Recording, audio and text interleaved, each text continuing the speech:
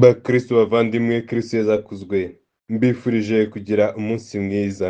Dusangire amasomo matagatifu yo kuri uyu munsi.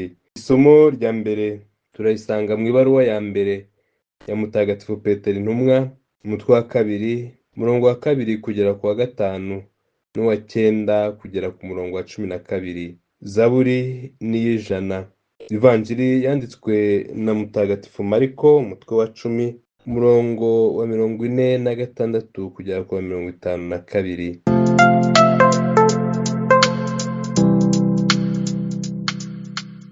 Isomo rya mbere. Isomo ryo mu ibaruwa ya mbere ya Mutagatifu Petero Intumwa.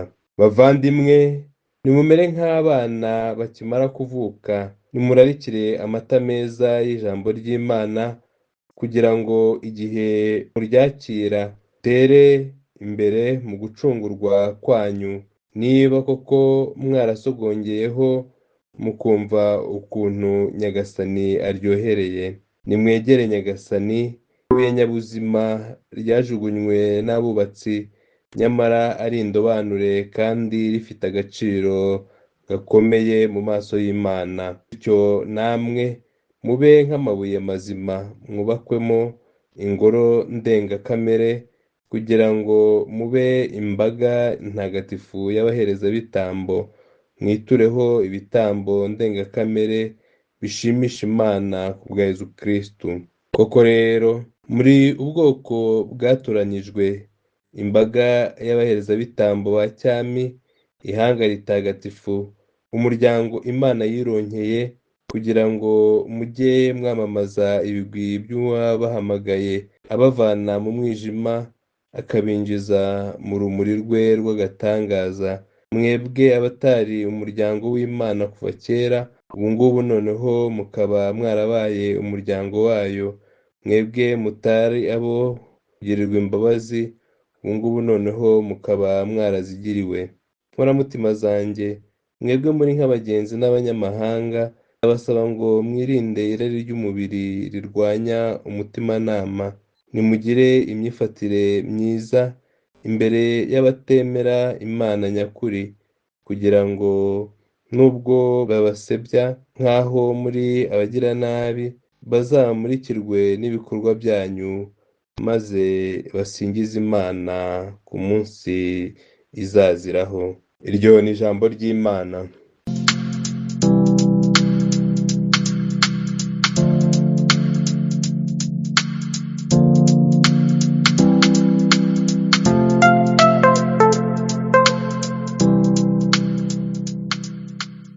Zaburi. Nimusanganize Uhoraho impundu z'ibyishimo, nimusingize Uhoraho bantu b'isi yose, nimumugaragire mwishimye, nimumusanganize impundu z'ibyishimo.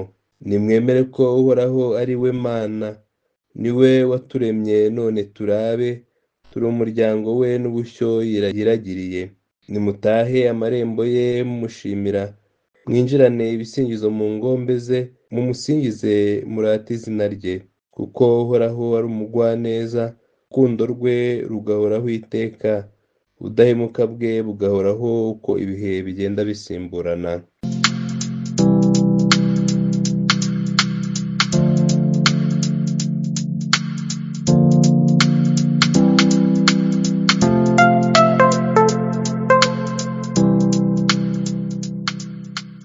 Nyagasani Yezu nabane namwe. Amagambo yo mu Ivanjiri ntagatifu uko yanditswe na Mutagatifu Mariko. Muri icyo gihe Yezu n'abigishwa be bagera i Yeriko. Igihe agisohoka muri Yeriko ari kumwe n'abigishwa be n'imbaga y'abantu benshi, umuntu w'impumyi witwaga Baritimeyo mwene Timeyo akaba yari yicaye iruhande rw'inzira asabiriza. Yumvise ko ari Yezu w'i Nazareti, atera hejuru ati, Yezu mwana wa Dawudi, mbabarira. Benshi baramucyaha ngo aceceke, ariko we arushaho gusakuza ati, mwana wa Dawidi, mbabarira. Yezu arahagarara, aravuga ati, nimumuhamagare. Ahamagara iyo mpumyi, barayibwira bati, humura, haguruka, dore araguhamagaye. Ajugunya igishura cye, ahagaruka bwangu asanga Yezu. Yezu aramubaza ati urashaka ko ngukorera iki? Impumyi iramusubiza iti mwigisha mpa kubona. Yezu aramubwira ati genda ukwemera kwawe kuragukijije. Ako kanya arahumuka maze akurikira Yezu. Iyo ni ivanjiri ntagatifu.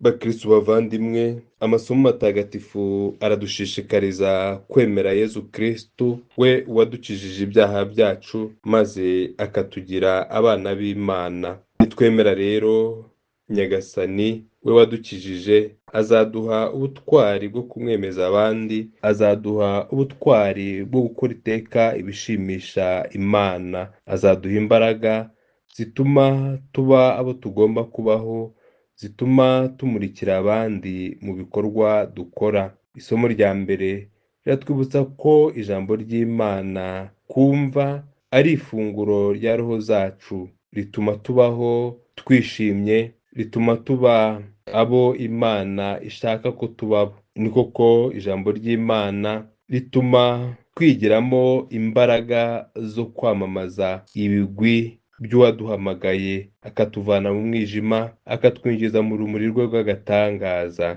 Nibyo koko twari kure y'Imana, ariko muri Yezu Kristu watwunze nayo tubasha kubona ubuzima, twigiramo amahoro kandi tugirirwa imbabazi tubikesha amaraso ye. Twabaye rero ab'Imana, tugendereye mu by'Imana, twitandukanye n'icyadutandukanya nayo, dore iteka twifuza icyatuma tugendera mu nzira zayo, icyatuma tuba abayemera by'ukuri kandi twayemeza abandi. Igihe rero tuzaba dusingiza Imana, igihe tuzaba dukora ibikorwa biyinyura, n'iyo abantu badusebya, batugirira nabi, batwita abagira nabi, tuzahora iteka dufite imyifatire myiza imbere y'abo bose batadukundira ko turi aba Kristu. Kristu rero waje mu buzima bwacu, tumwemerere aduhumure, tumwemerere adukize, tumwemerere adukorere ibidufasha kumubona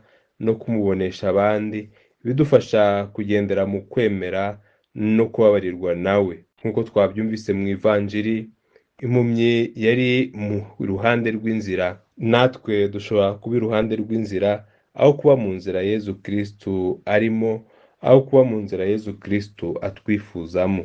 Iyi mpumyi yateye hejuru isaba imbabazi, yiringiye Yezu Kristu. Yezu umwana wa Dawudi utanga ubuzima n'imbabazi. Baramucecekesheje ariko aranga, atera hejuru yinginga Yezu, maze Yezu aramubabarira, Yezu aramuhumuriza, Yezu amuha icyo yifuzaga kubona ibyiza by'Imana, kubona urukundo rw'Imana, kubona umukiro wayo. Natwe dusabe Yezu Kristu aduhe kumubona by'ukuri, twirinde kumwitiranya, tubeho turi abantu bifuza ko abandi bahura na Yezu twahuye. Aba bantu baramucyashye, ntibifuzaga ko ahura na Yezu Kristu, ariko Yezu Kristu aramuhamagara, Yezu Kristu amugirira neza. Tuba abantu rero bahuza abandi na Yezu, kurusha uko baba igikuta kibatanya nawe. Yezu twamenye, twifuze ko n'abandi bamumenya kandi bakamugana, bakamusanga akabakiza. Ukwemera kwacu kugire benshi gufasha, ukwemera kwacu kudufashe kwamamaza Imana mu myifatire yacu, tube abantu bamurikira abandi kuko natwe twamurikiwe. Nyagasani Yezu nabane namwe, ushobora byose kandi akaba na nyir'impuhwe nabaha umugisha, abarinda bakomeza biteho, abaha amahoro, Imana Data na Mwana na Roho Mutagatifu. Amen.